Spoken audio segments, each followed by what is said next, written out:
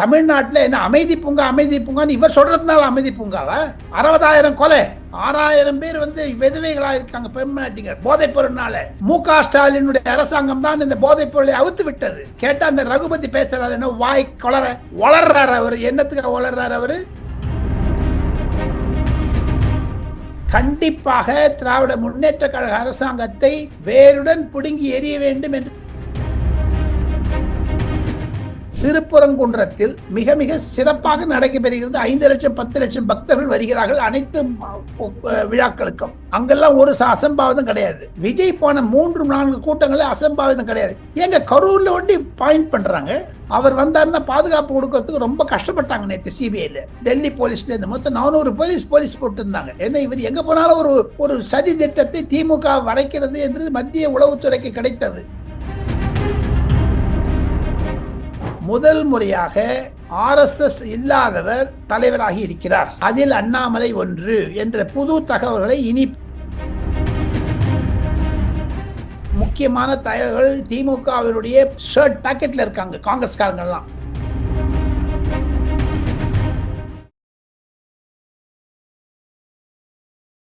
இளையபாரதியினருக்கு வணக்கம். இன்றைய சிறப்பு விருந்தினர் மூத்த பத்திரிகையாளர் திரு டெல்லி ராஜகோபாலன் சார் அவர்கள் தான். சார் வணக்கம் சார். நமஸ்காரம். நமஸ்காரம். இளைய பாரதம் நேயர்களுக்கும், கார்த்திக் நேயர்களுக்கும், கோபிநாத் நேயர்களுக்கும் மற்றற்ற மகிழ்ச்சி. முதல் முறையாக நான் கௌதமுடன் பேசுவதில் மகிழ்ச்சி அடைகிறேன். இளம் தலைமுறைக்கு இளைய பாரதம் என்பது கார்த்திக், கோபிநாத் மற்றும் விக்ரம் போன்ற அந்த டீம்ல இருக்கக்கூடிய கௌதம் போன்றவர்களுடைய எண்ணங்கள், வளர்ச்சிகள் வேண்டும் என்பதுதான் பிரதமர் நரேந்திர மோடியினுடைய எண்ணம், ஜென்சியினுடைய எண்ணம். அதை பொறுத்து கௌதமுக்கு நான் வாழ்த்துக்கள். எனக்கு கேள்வி கேளுங்க, ஆனா நான் உங்களை ஓட விடுவேங்க. சார், இன்றைய தினம் முதல் சட்டமன்ற முதல் கூட்டத்தில் நடந்திருக்கு. அப்ப ஆளுநர் அவர்கள் வெளிநடப்பு பண்றாரு. இது எப்படி சார் பாக்குறீங்க? தமிழக ஆளுநர் செய்தது சரி. காரணம், ஆளுநர் அவமானப்படுத்தப்பட்டார். கடந்த 15 நாட்களாகவே வேண்டுமென்றே தமிழக ஆளுநரை ஓடவிட வேண்டும் என்று, அவரை பழிவாண்ட வேண்டும் என்று சபாநாயகரும் முதலமைச்சரும் சேர்ந்து தீட்டிய திட்டம்தான் இப்படி நடந்தது. தேர்தல் என்று 1-2 மாதத்தில் இருந்தாலும் வேண்டுமென்று தமிழக சட்டமன்றத்தில் இது மாதிரியான நிலைமைகளை எல்லாம் வைத்து செய்தால் அது முதலமைச்சருக்கோ அல்லது திராவிட முன்னேற்ற கழகத்திற்கோ அந்த அரசாங்கத்திற்கோ அழகு அல்ல. காரணம் என்ன என்று கௌதம், ஒன்னே ஒன்று காரணம் சொல்றேன். தமிழ்நாட்டில் என்ன அமைதி பூங்கா அமைதி பூங்கான்னு இவர் சொல்றதுனால அமைதி பூங்காவா? 60,000 கொலை, 6,000 பேர் விதவைகளா இருக்காங்க, பெண்நாட்டிங்க போதைப் பொருள்னால. மு.க. ஸ்டாலினுடைய அரசாங்கம் தான் இந்த போதைப் பொருளை அவுத்து விட்டது. கேட்டா அந்த ரகுபதி பேசுறாரு, என்ன வாய் வளர்றாரு அவரு. என்னத்துக்கு வளர்றாரு அவரு? ரகுபதி யாருங்க அவரு? அதிமுகல இருந்து வந்தவர். ரகுபதி யாரு? ஜெயலலிதாக்கு கொடை பிடிச்சவர். அவர் போய் இப்படி பேசலாமா? காரணம், திமுகவில் இது ஒன்றா செய்யலாம்னு நினைச்சிட்டு இருக்காங்களா? தமிழகத்தில் இளைஞர் சமுதாயம், குறிப்பாக 30 வயதுக்கு கீழ் இருப்பவர்கள் நரேந்திர மோடியினுடைய, நயினார் நாகேந்திரனுடைய, அண்ணாமலையினுடைய மற்றும் ஈவன் ஐ கேன் சே விஜயனுடைய ஆதரவாளர்கள் இருந்தாலும் தமிழகத்தில் ஒரு எழுச்சி வந்திருக்கிறது. திராவிட முன்னேற்ற கழக அரசாங்கம் எப்படாப்பா ஒழிய போறதுன்னு காத்துட்டு இருக்காங்க இளைஞர் சமுதாய பெண்மணிகள். காரணம், போதைப் பொருளால் கணவரை இழந்த பல பெண்மணிகள் ஒரு ஓட்டில் திமுகவை ஓடவிட, அப்படிதான் அதை தான் சொல்ல வந்தாருங்க கவர்னர். தமிழ்நாட்டில் சட்ட ஒழுங்கு இல்லைன்னு சொல்ல வந்தார். தமிழ்நாட்டில் தலித் மக்கள் ஈடுபடி சொல்ல வந்தார். அதையெல்லாம் மறந்துட்டு தேசிய கீதம் பாடுறதுக்கு அவமதித்தாங்கன்னா என்ன அர்த்தம்? இவங்க என்ன இந்தியாவில் இருக்காங்களா, இல்ல பாகிஸ்தான்ல இருக்காங்களா, இல்ல ஸ்ரீலங்கால இருக்காங்களா திமுக காரங்க? சார், ஆனா இது அரசியலமைப்பு சட்டத்தைப்படி தப்பு தானே வெளியே போறது. தப்பு அவருக்கு மிஸ்டேக் இல்லைங்க சார். அவருக்கு எதிர்த்து பேசினாங்கன்னா எப்படி சார் இருப்பார் அவர்? அங்க அரசியல் சட்டம் இந்த மாதிரி வெளிநடப்புக்கு இருந்து தடை செய்யலையே. அவருடைய இஷ்டத்து அவரை அவமதிக்க கவர்னர் அவமதிக்கிற மாதிரி அர்த்தம். சட்டசபையில் இல்லைன்னா சட்டசபையில உட்கார்ந்துட்டு அதை நான் படித்ததாக ஏற்றுக்கொள்வோம் என்று முதலமைச்சர் சொல்றாரு. அது சட்டமாகுது என்ன கௌதம்? ஆக மொத்தம் இந்த விஷயத்திலிருந்து டெல்லியில் இன்று சற்று முன்னதாக நடந்த மிக முக்கியமான சம்பவத்தை இளைய பாரதம் நேயர்களுக்கு சொல்லிவிட ஆசைப்படுகிறேன். முதன் முறையாக நிதின் நவீன் பாரதிய ஜனதா கட்சியுடைய அலுவலகத்தில் பதவி ஏற்றுக்கொண்டார். அந்த பதவி ஏற்றுக்கொண்ட முன்னுரையில், முதல் உரையில் பேசும்பொழுது நரேந்திர மோடிக்கு நன்றி தெரிவித்து 18 கோடி பாரதிய ஜனதா கட்சியினுடைய ஊழியர்களுக்கு நன்றி தெரிவித்து முதன் முறையாக நிதின் நபீன் திருப்பரங்குன்றம் தீபத்தை பற்றி பேசினார். அதுதாங்க முக்கியம். கவர்னர் கூட முக்கியம், ஆனா அதுவும் முக்கியம். ஏன் பிரதமர் தன்னுடைய ஸ்பீச்சில் ஒரு வார்த்தை கூட பேசவே இல்லையேன்னு நான் பார்த்துட்டு இருந்தேன். இப்பதான் பேச்சு முடிஞ்சதுங்க, 1:30 மணிக்கு முடிஞ்சதுங்க. அந்த பேச்சில் பார்த்தப்பறம் நான் ரொம்பவே ஒரு கவலைப்பட்டேன். ஏன்னா பிரைம் மினிஸ்டர் தமிழ்நாடு பத்தி ஆனா நிதின் நவீன் பேசிட்டாரு. ஆக மொத்தம் 2026 பொது தேர்தலில் நிதின் நவீன் குறிப்பிட்ட மாதிரி இந்த கார்த்திகை தீபம், திருப்பரங்குன்றம் தீபம் பேச்சு பொருளாகும். பிரதமர் 23ஆம் தேதி சென்னைக்கு அருகே மதுராந்தகத்தில் பேசும் பொழுது கண்டிப்பாக திராவிட முன்னேற்ற கழக அரசாங்கத்தை வேருடன் பிடுங்கி எறிய வேண்டும் என்று பேச இருக்கிறார் என்ற முன் செய்தியை நான் நிலைபாரத நேயர்களுக்கு சொல்லிக்கொள்ள ஆசைப்படுகிறேன். தவைக்கா தலைவர் விஜய் அவர்களோட சிபிஐ விசாரணை நேற்று தினம் நடந்துச்சு பார்த்தோம். நம்ம அதுல என்னென்ன கொஸ்டின்லாம் முன் வச்சிருக்காங்க சிபிஐ அவர்கள்? இது பாருங்க கௌதம், என்னைக்கு தெரிஞ்சு மட்டும் 35 கேள்வி தாங்க அவர் கேட்டிருக்காங்க டோட்டலா. 35 எனக்கு நான் சிபிஐ ஆஃபீஸர் ஒரு அடிஷனல் டைரக்டர்கிட்ட நான் பேசினேங்க. அவர் ஊர்ஜிதம் பண்ணாரு. கண்டிப்பாக விஜய் கிட்ட சில கிராஸ் கொஸ்டின் பண்ணது உண்மை. ஆனால் அவரை சார்ஜ் ஷீட்ல எல்லாம் நாங்க கொண்டுற மாதிரி இல்லை. இருக்கக்கூடிய கிரிமினல் அஃபென்ஸ் செய்தது தமிழக அரசாங்கம். அதற்கு கூட இருந்தது விஜயனுடைய தொண்டர்கள் என்று கூட சிபிஐ நினைக்கிறது. ஆனால் விஜயுடன் கேட்ட கேள்விகள், விஜய் சொன்ன பதில்கள் வைத்து சிபிஐ ஆபீசர்கள் மிகவும் குஷியாக இருக்கிறார்கள், சந்தோஷம் அடைகிறார்கள். காரணம், அவரே முன் 12ஆம் தேதி வாங்கோ என்று சொன்ன வந்தார், 19ஆம் தேதி வாங்கன்னு சொன்னார் வந்தார். அவர் வக்கீல் நோட்டீஸ் கொடுத்தோ இல்ல தடை செய்ய வேண்டும் என்றோ தேதி மாற்றம் தேற்றியோ கேட்கவே இல்லை. ஆக மொத்தம் அவருக்கு நாங்கள் மரியாதை கொடுத்தோம். கண்டிப்பாக அவருக்கு சாப்பாடு வாங்குறது கூட வெளில சாப்பாடு கேட்டால் கொடுத்தோம்.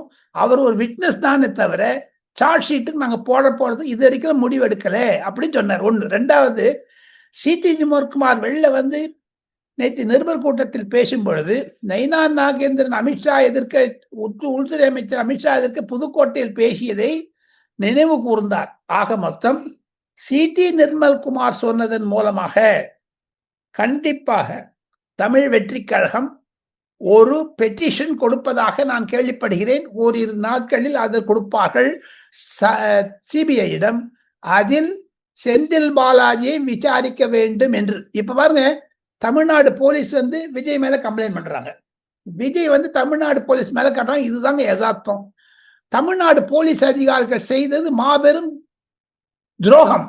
காரணம் என்னென்று கேட்டால், விஜயை நெசுக்க வேண்டும் என்று அரசியல் ரீதியாக திராவிட முன்னேற்ற கழகத்துடைய அரசியல் ஆணையின்படி போலீஸ்காரர்கள் ஆடுவது தவறு. நாளையே சர்க்கார் பதிலான மாறினால் அதே போலீஸ்காரர்கள் இதை மாற்றி சொல்லுவார்கள். காரணம் என்னென்று கேட்டால், விஜய் செய்தது தவறு இல்லை என்று அவர் சொன்னாலும் அதில் தவறு கண்டுபிடிப்பதற்காகத்தான் சுப்ரீம் கோர்ட்டு எங்க விஜயை தானே சிபிஐ கேட்டாருங்க. சுப்ரீம் கோர்ட் போயிட்டு சுப்ரீம் கோர்ட் சொல்லியிருக்காங்க, விஜய் கேட்டதை தவிர சுப்ரீம் கோர்ட் எஸ்ஐடி அப்பாயின்ட் பண்ணியிருக்காங்க, ஸ்பெஷல் இன்வெஸ்டிகேட்டிங் டீம். ஒரு பழைய நீதி அரசர் அஜய் ரஸ்தோகி என்பதை வைத்து 2 ஐபிஎஸ் ஆபீசர்கள் வட இந்தியர்கள் ஆனால் தமிழ் பேசுபவர்கள் வைத்து பண்ணிருக்காங்க. அவரிடம் 23ஆம் தேதி ஜனவரி மாதம் அறிக்கை சமர்ப்பிக்கப்படும். சுப்ரீம் கோர்ட்டில் எனக்கு கிடைக்கக்கூடிய தகவல்கள் எல்லாம் சுப்ரீம் கோர்ட்ல ஃபைனல் ஸ்டேட்டஸ் ரிப்போர்ட் கொடுக்க போறாங்க. அதுல criminal negligence by Tamil Nadu police என்றும், அதை சரிவர செய்யாதிருந்தது விஜயும் என்றும், ஏன் காலதாமதமாகி வந்தார் என்ற கேள்விக்கு பதில் சரியாக சொல்ல வேண்டும் என்றும் அந்த சார்ஜ் ஷீட்டில் இருக்கும். மீதியெல்லாம் சுப்ரீம் கோர்ட் இன்வெஸ்டிகேட்டிங் டீம் கொடுத்துருவாங்க என்ன டிசிஷன் எடுக்கணும்ட்டு. சுப்ரீம் கோர்ட் ஒருவேளை தமிழக அரசாங்கத்தின் மீது ஒரு சரியான ஒரு கூட்டினாலும் ஆச்சரியப்படுவதற்கில்லை. காரணம், தமிழக போலீசார் அசால்ட்டா இருந்துட்டாங்க. 507 பேர் இருந்தாங்கிறாங்க. தமிழ்நாடு சட்டசபையில ஒரு நம்பர் சொல்றாரு சீஃப் மினிஸ்டர், டிஜிபி ஒரு நம்பர் சொல்றாங்க. ஆக மட்டும் அதுவும் கான்ட்ரடிக்ஷன் இருக்கிறத பத்தி சொல்றாங்க. இதையெல்லாம் வைத்து பார்த்தால் கண்டிப்பாக விஜய் லேட்டாக வந்தது ஒரு கிரிமினல் அஃபென்ஸ் அல்ல. இப்ப பாருங்க, அதுல அட்டெம்ப்ட் மர்டர் கேஸ் எல்லாம் கூட போட்டிருக்கான்னு சொல்றாங்க.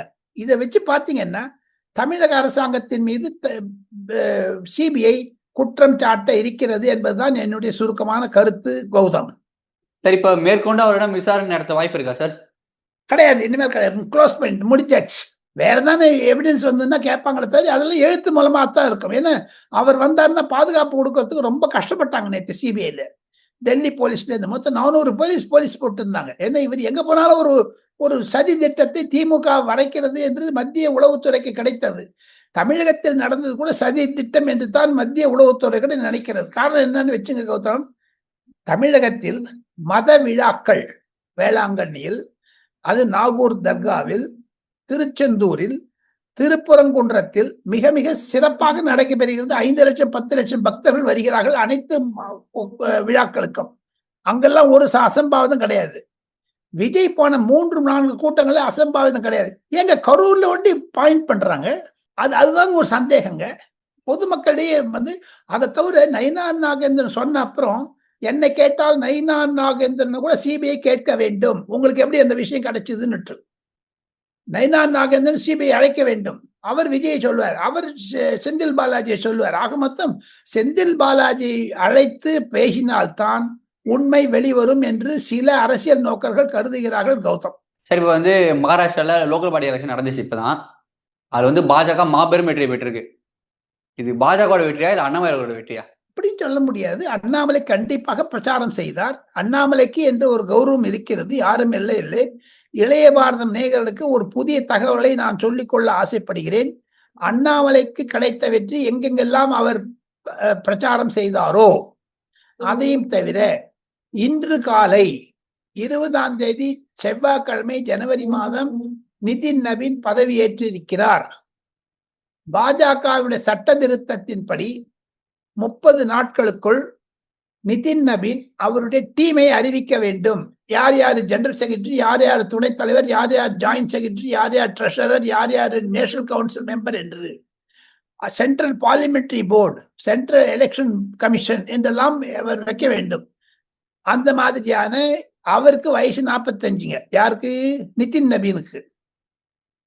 சீனியரா இருக்கவங்க எல்லாம் வச்சிருந்தாருன்னா அவங்களுக்கெல்லாம் ஒரு மரியாதை இருக்குமா இருக்காதா தெரியாது. இந்த ஜெனரல் ஜி இளைஞர் சமுதாயம், அதுதான் பிரைம் மினிஸ்டர் பேசும்போது மில்லினியல் டிரான்ஸ்பர்மேஷன் இருக்குது, மாறுதல் வந்து கொண்டிருக்கின்றன அரசியலில் என்று சொன்னதனால் எனக்கு கிடைக்கக்கூடிய பிரத்யேக தகவல்கள் 5 இளைஞர்களை செயலாளராக போட இருக்கிறார் நிதின் நவீன், அதில் அண்ணாமலை ஒன்று என்ற புது தகவல்களை, இனிப்பான தகவலை தங்களுடைய நேரிடம் தெரிவித்துக் கொள்ள ஆசைப்படுகிறேன்.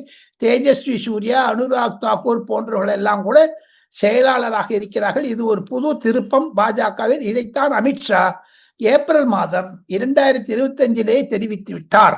சரி, இப்ப பார்த்தோம்னா அதிமுகவின் தேர்தல் வாக்குறுதி கொடுத்திருக்காங்க. அதுல மகளிருக்கு 2000 தரேன், ஆண்களுக்கு இலவச பேருந்து மாதிரி. இதை நீங்க எப்படி சார் பாக்குறீங்க? ஒவ்வொரு கட்சிக்கும் ஒவ்வொரு குறைபாடுகள் நிறைபாடுகள் இருக்கின்றன. அவர்கள் ஆழ்ந்து கவனித்து கண்டிப்பாக தமிழகத்துடைய நிதி நிலை அறிக்கையை புரிந்து கொண்டு தான் 4 வருடங்காலமாக சீஃப் மினிஸ்டரா இருந்தவர் ஒரு முழு பொறுப்புடன் தான் அதை சொல்லி இருப்பார் என்று தான் பலர் கவனிக்கிறார்கள். கௌதம், ஆக மொத்தம் அதிமுகவுடைய எலெக்ஷன் ப்ராமிசஸ் வெல்கம் ஸ்டெப் என்று தான் நினைக்கிறார்கள். பாஜகவின் தேசிய தலைவராக நிதின் நவீன் தேர்ந்தெடுக்கப்பட்டிருக்காரு சார். இன்னைக்கு அவருடைய செயல்பாடுகள் எப்படி இருக்கும் நீங்க பாக்குறீங்க? நிதின் நவீன் அவர்களை அறிமுகப்படுத்தி பேசும் பொழுது பிரதமர் நரேந்திர மோடி அவர்கள் மத்திய பாஜக தலைமை செயலகத்தில் பாராட்டி பேசினார். அவர் ஒரு எம்எல்ஏவாக இருக்கிறார். அவர் 4 முறை 45 வயதுக்குள்ளே 21 வருஷத்துல அவர் எம்எல்ஏவானாருங்க. ஆக மொத்தம் அவருடைய ஈடுபாடு, மந்திரியாக இருந்திருக்கிறார். அரசியல் என்றால் நன்றாக தெரியும், பொதுமக்களுடைய எண்ணங்கள் தெரியும்.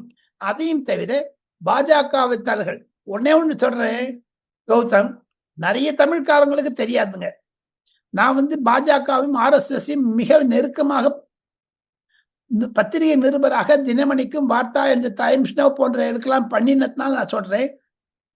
இவருக்கு வயது 45, பாஜக ஆரம்பித்து 45 வயது ஆகிவிட்டது. பாஜகவிற்கு RSSிலிருந்து முதல் முறையாக RSS இல்லாதவர் தலைவராகி இருக்கிறார். இது ஒரு பெரிய திருப்பம். இதன் மூலமாக நரேந்திர மோடி சொல்லுவது, நான் ஆஃப்டர் இண்டிபெண்டன்ஸ், ஆஃப்டர் ரிப்பப்ளிக் அப்புறம் ஒரு புது தலைவரை பாஜக 18 கோடி மெம்பர்ஸ் உள்ள வேர்ல்டு லார்ஜஸ்ட் பார்ட்டி பிஜேபி அதற்கு தலைவராக நியமிப்பது அவருக்கு இருக்கக்கூடிய சேலஞ்சஸ் நிறைய எதிர்கொள்ளக்கூடிய ஒரு சவால்கள் என்ன என்று கேட்டால் முதலாக தமிழகத்தினுடைய தேர்தல். அதனால்தான் அவர் பேசும் பொழுது கார்த்திகை தீபத்தை திருப்பரங்குன்றத்தை பேசினார். ஒன்று. இரண்டாவது, அவருடைய டீம் எப்படி இருக்க போகுதுன்னு தெரியல. ஏன்னா ஒண்ணு, பிரைம் மினிஸ்டர் ரொம்ப உருக்கமாக சொன்னார். பிரைம் மினிஸ்டர் சொல்லும் பொழுது தொண்டை சோக்டு வாய்ஸ்ல சொன்னாருங்க, நான் பிரதமராக இருந்தாலும் என்னுடைய தலைவர் இன்று முதல் நிதின் நவீன் என்று. அப்பொழுது அனைத்து பேரும் புலாங்கிதம் அடைந்து நிதின் நவீனுக்கு ஒரு பாராட்டு தெரிவித்தார்கள். நிதின் நவீனுடைய துணைவி தீபிகா சின்ஹா என்பவரும் அவருடைய தங்கையும் அந்த பங்கன்ல உட்கார்ந்தாங்க. அவருக்கு 2 குழந்தைகள், ஒன்னு 3வது படிக்கிறதுங்க பெண்மணி, பையன் 1வது படிக்கிறாங்க. சின்ன குழந்தைங்க, கை குழந்தைங்க. ராத்திரில இந்த இவருடைய பக்கத்துல அந்த குழந்தை படுத்துக்குமா. அப்படிலாம் சொன்ன. இப்போ அவர் தேசிய தலைவராகி விட்டார். இனிமேல் அவர் மாநிலம் போக வேண்டிய சுற்றுப்பயணம் செல்ல வேண்டிய நிலைமை வந்துடும். அப்பொழுது குடும்ப வாழ்க்கை என்பது கட்டாயிடும். இன்னைக்கு காத்தால் தமிழ்நாட்டில் இருப்பார், நாளைக்கு ஒரிசால இருப்பார், நாளைக்கு வெஸ்ட் பெங்கால்ல இருப்பாரு, அதுக்கப்புறம் கேரளா வருவாரு, புதுச்சேரி போவாரு, ஆந்திரா போவாரு, விசாகப்பட்டினம், அப்படி சுத்திட்டே இருப்பாங்க. ஸோ ஆக மொத்தம் அவர் நல்ல சாப்பிடுவாராம். பார்த்தாலே கொட்டுமா இருக்காரு, நல்லா சாப்பிடுவோம். அவங்க சம்சாரம் இன்னைக்கு அனைத்து தொலைக்காட்சிகள்கிட்ட பேசும்போது நான் பேச மாட்டேன்ட்டு மூக்காடு போட்டுட்டாங்க. அவங்க கிராமத்திலேருந்து வந்தவங்க சார். ஆக மொத்தம் தமிழகத்தில் அந்த நிதின் நவீனை தெரிந்து கொள்ள வேண்டும் என்றால் அவர் நன்றா சமைப்பவர். வெஜிடேரியன் நான் வெஜிடேரியன் எதுவுமே சமைப்பவர். அவர் ஒரு விவசாயி. தன்னுடைய தகப்பனார் அகாலம் மரணம் அடைந்ததால் அவர் தகப்பனார் எம்எல்ஏவாக இருந்ததனால் அந்த இடைக்கால தேர்தலில் இவர் போட்டி போட்டு அமோக வெற்றி பெற்றார். 51,000 வாட்டில் வெற்றி பெற்றாங்க 21 வயசுல. இவருக்கு அரசியல்னா ஒண்ணுமே தெரியாதுங்க. பிலானி என்று சொல்லக்கூடிய பிலானி பிட்ஸ் இன்ஸ்டிடியூட் அந்த இடத்துல படிச்சாருங்க, பிஇ படிச்சாருங்க. கடைசி வருஷத்துல இவருக்கு இந்த எம்எல்ஏ ஆயிட்டாருங்க. அதனால படிப்பை விட்டுட்டாருங்க. ஆங்கிலம் சற்று பேசுகிறார், ஹிந்தியிலே தான் பேசுகிறார். இருப்பினும் அவருக்கு எதிர்காலம் நல்லதாக இருக்கும். நாங்கள் இருவருமே தங்களுடைய கையை பிடித்து கொண்டு தங்களுக்கு உதவியாக இருப்போம் என்று அமித்ஷாவும் ராஜ்நாத் சிங்கும் நிதின் கட்கரியும் மற்றும் பல பாஜக தலைவர் சொன்னதனால் அவர் இன்று மிக மிக உருக்கமான ஒரு பேச்சை ஆரம்பித்து கொடுத்தார். நிதின் நவீனுடைய எதிர்காலம் கண்டிப்பாக பிரகாசமாக இருக்கும். காரணம் 45 வயதில் தான் அடல் பிகாரி வாஜ்பாய் கூட பாரதிய ஜனதா கட்சிக்கு தலைவரானார் என்று சொன்னார் நரேந்திர மோடி. அந்த பின்னணியில் பார்த்தால் கண்டிப்பாக நிதின் நவீனுக்கு அதிகமான எதிர்காலம் இருக்கும். அது ஒரு சேலஞ்ச். ஆனா ஃபர்ஸ்ட் தமிழ்நாட்டுக்கு வந்தார். அது வாங்க, கோயம்புத்தூர், புதுச்சேரிக்கு. இதுதாங்க ஒரு திருப்பம் என்று நான் நினைக்கிறேன். விஜய் காங்கிரஸ் கூட்டணி உருவாக வாய்ப்பு இருக்கா எப்படி சார்? இப்ப உருவாக்க வாய்ப்பு கண்டிப்பாக இருக்கிறது. ராகுல் காந்தி விஜயுடன் தான் போக வேண்டும் என்று இருக்கிறார். திராவிட முன்னேற்ற கழகத்திற்கு தமிழகத்தில் எதிர் அலை, ஆன்டி வேவ் இருப்பதனால், ஆன்டி இன்கம்பன்சி இருப்பதனால் தமிழகத்தில் காங்கிரஸ் ஒரு நிலைப்பாடு எடுத்து விட்டது, தாவேகாவுடன் தான் போகும் என்று. ஆனாலும் சில முக்கியமான தலைவர்கள் திமுகவினுடைய ஷர்ட் பாக்கெட்ல இருக்காங்க. காங்கிரஸ்காரங்கள்லாம் அவங்க தான் திமுகவோட இருக்கணும்னு சொல்றாங்களே தவிர, ஒன்னு கேட்கிறேன் தம்பி கௌதம், இது வரைக்கும் ஏங்க திமுக காங்கிரசுடன் பேசுவதற்கு குழு அமைக்கவில்லை? காங்கிரஸ் சொல்லிட்டாங்க நான் அமைக்கிறோம்னுட்டு, அவங்க அணைக்கவே இல்லை. ஆக மொத்தம் காங்கிரஸ் தாவேகாவுடன் தான் போகும். என்னை பொறுத்த மட்டில் திமுகவிற்காக கனிமொழியார் ராகுல் காந்தியுடன் பேசினாலும் சரி, ராகுல் காந்தி எப்பொழுது கரூர் விஷயத்திற்கு பிறகு விஜயுடன் பேசினாரோ முதலமைச்சர் மு.க. ஸ்டாலின் அனுமதியுடன், அன்றிலிருந்து தமிழக காங்கிரஸ்காரர்கள் ராகுல் காந்தி சொல்வதைத்தான் கேட்கிறார்கள். ராகுல் காந்தி கண்டிப்பாக பிரவீன் சக்கரவர்த்தி, மாணிக் தாக்கூர், ஜோதிமணி போன்ற எம்பிக்கள் மூலமாக கண்டிப்பாக தாவேக்காடு தான் கூட்டு இருக்கும். எது இருப்பினும் திமுக விஜய் என்பவரை கசக்கி கசக்கி கிரஷ் பண்ணிட்டுங்க. அரசியல் ரீதியாக 3 கேஸ் போட்டாங்க இது வரைக்கும். அது வெளில வர முடியல. ஜனநாயகனா இருக்கட்டும், கரூரா இருக்கட்டும், மற்ற மதங்களாக இருக்க அவருக்கு மிக மிக இன்னல்களை தர ஆரம்பித்து விட்டது. எது இருப்பினும் கண்டிப்பாக கிறிஸ்துவர்களுடைய வாக்காளர்களுக்காகவே விஜய் அவர்கள் காங்கிரசுடன் தான் போக வேண்டும் என்று முடிவு எடுத்து விட்டார். ஆக மட்டும் 2 பேரும் சேர்ந்து பண்றதுனால it is going to be ஒரு காங்கிரஸ் வித் டிவிகே தான் இருக்கும் என்று நினைக்கிறார்கள். அதன் மீது இருக்கக்கூடிய மற்ற தகவல்களை டெவலப்பிங் ஸ்டோரி என்று சொல்லக்கூடியதை அடுத்த வீடியோவில் சந்திக்கிறேன். அது மட்டும் விடைபெறுவதில் நன்றி. கௌதம். வாழ்க இளைய பாரதம். பொன்னான கருத்துக்களை இளைய பாரதம் பகிர்ந்ததுக்கு மிக்க நன்றி சார். தேங்க்யூ.